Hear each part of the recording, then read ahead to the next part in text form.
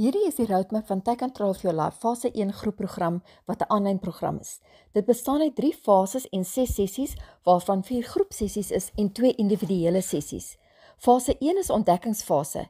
Jy kry al die inligting bymekaar om te kyk waar jy wil wees, hoekom jy daar wil wees, wat hou jou terug, wat is die goed waarna ons moet werk en jy hoef nie te raaf wat jou terughou nie. So ons beweeg van onseker na bewus. Fase 2 is 'n aktiewe fase. Nou gaan ons aan die goed werk. Ons moet sorg dat jy op 'n goeie plek is, energie het, kreatief dink sodat jou drome van self groter word. En hier beweeg ons van vasgevang na aksie.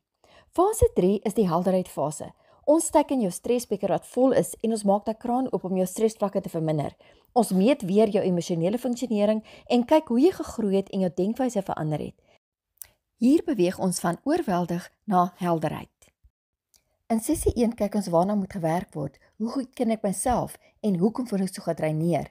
So ons beweeg van onseker na sekerheid. In sessie 2 kyk ons na wat dreineer my en wat gee my energie.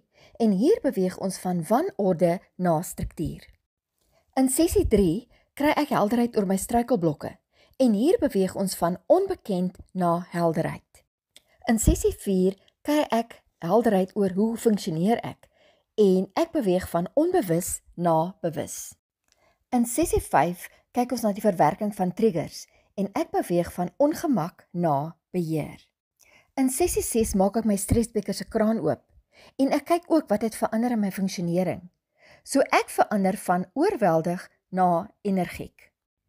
Die Take Control of Your Life groepprogram bestaan uit 4 aanlyn groepsessies plus 2 individuele aanlyn sessies, 2 assesserings, selfregulering oefeninge en elke woensdag aand van 26 November tot 17 Desember begin ons van 7:30 tot 9:00 in die aand. Alles slegs vir R2769. Daar's beperkte plekke, so boek op die webblad hieronder.